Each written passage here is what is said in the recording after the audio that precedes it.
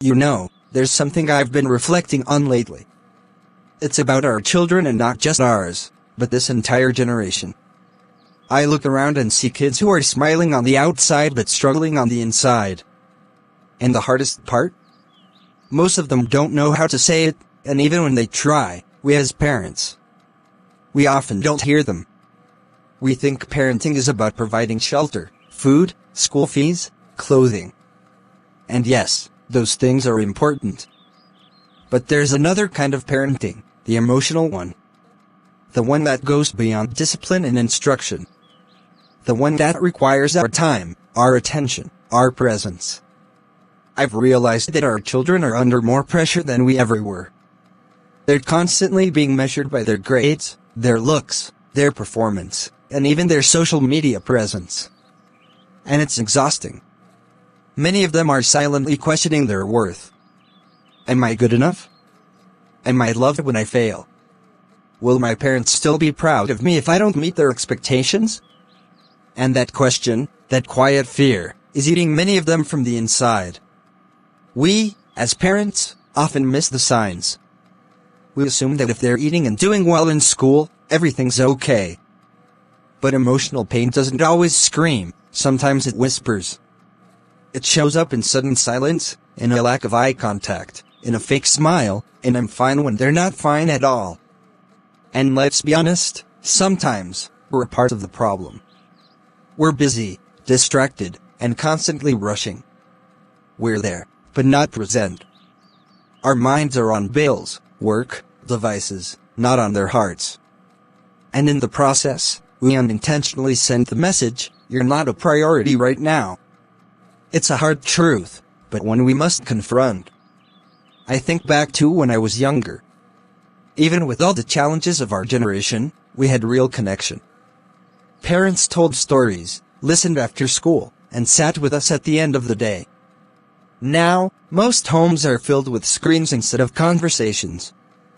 We need to rebuild that space. Not with perfection, but with intentionality. Let's start creating emotional check-ins. Let's sit beside our children and ask, what's really going on in your heart today? Let's hold them without trying to fix them. Let's listen, not just hear. Because if our children can't talk to us about their pain, they'll find silence more comfortable. And that silence can grow into emotional distance. I don't want us to be the kind of parents who only realize the depth of our child's struggle when it's too late. Let's see them now. Let's hear them now. Let's make home a place where they feel emotionally safe. Not just physically safe. I know you've been feeling this too. You always notice the things I sometimes miss. What's been on your heart? Thank you for sharing that. Because everything you said is true, and it's something I've been carrying in my heart for a while too. I think we often underestimate just how emotionally aware children are. They may not have the words, but they feel deeply. They know when we're present and when we're distracted. They can sense when they're just being managed, instead of being loved, seen, and understood. Sometimes, I sit with our children and just watch them, how they move, how they speak, how they withdraw. And it's in those quiet observations that I see the unspoken. A forced smile. An unusual silence. A reluctance to share something that used to come so freely. And I've learned that sometimes, they're not afraid of the world, they're afraid of how we'll react. They don't want to be shut down, scolded, or misunderstood, so they just keep it all inside. That's not the home we want to build. I want our children to know that their emotions are valid. That they don't have to smile to be accepted. That it's okay to cry, to be frustrated, to feel lost, and still be completely loved. You see, emotional safety doesn't come from soft pillows or big houses. It comes from consistent love, gentle words, and the freedom to express without fear. It comes from parents who say, I hear you. I'm here for you. You don't have to go through this alone. We talk a lot about preparing them for the world, getting good grades, choosing careers, building resilience. But if we don't nurture their emotional intelligence, if we don't teach them how to feel, then we're sending them into the world empty inside. And like you said, we don't have to be perfect. We just have to be present. Present in the moments that matter. Present when they fail. Present when they want to share something silly or something serious. Let's create a family culture where we ask about emotions like we ask about homework. Let's celebrate openness the way we celebrate achievements. And above all, let's model it. Let's show them that even as adults, we feel overwhelmed sometimes. That we also cry, make mistakes, and need grace. Because when they see us being real, they'll know it's okay to be real too. This journey of parenting is hard. But it's also holy. We're shaping hearts, not just habits. And if all we do is love them deeply, see them fully, and stand with them always, we've already given them more than the world ever could. To every parent watching, slow down. Your child might be holding something heavy. Don't wait for the breakdown to start the breakthrough. Start now. Ask. Listen. Love. Let's raise children who feel seen, heard, and safe. Let's raise children who don't need to recover from their childhood. Let's be their shelter, emotionally, mentally, and spiritually. You know, the more we talk about this, the more I realize we can't keep parenting from the outside in. We can't just focus on behavior and ignore what's happening beneath it. I used to think discipline was the most important thing, setting rules, creating structure. And yes, structure matters. But now I see that without connection, discipline becomes fear-based. Our kids may follow the rules, but inside they may be resentful, afraid, or emotionally distant. I want something different. I want to raise children who trust us, who come to us first when life feels too heavy, who see us not just as rule makers, but as safe spaces. So I've been thinking, what if we started some new habits in our home? Nothing complicated. Just simple things that say, I see you. I value you. Like daily one-on-one check-ins, just 5 minutes with each child, no distractions, no phones. Just presence. Ask, how are you really feeling today? Let's give them notebooks where they can write or draw how they feel when they don't know how to say it aloud. Once a week, we sit down as a family, not to correct, but to connect.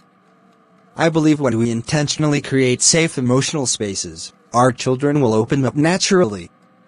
And it's not just about big emotional moments. It's about the small ones too.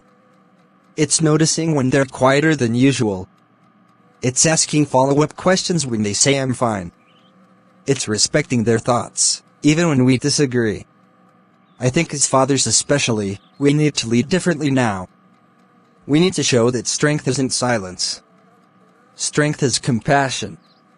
Strength is kneeling beside your child, looking them in the eye, and saying, you're safe with me.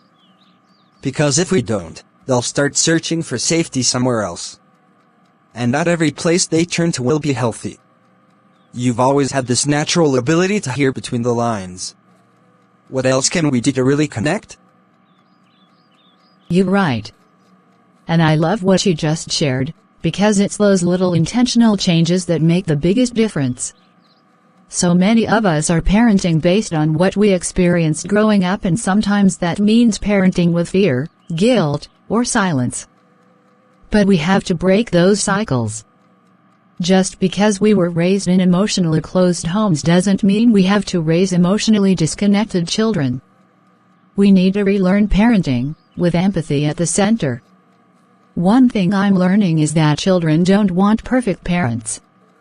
They want real parents. Parents who apologize when they're wrong.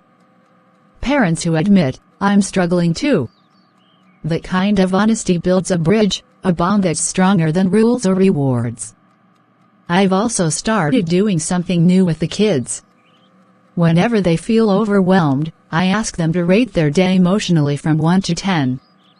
And then we talk about why they picked that number.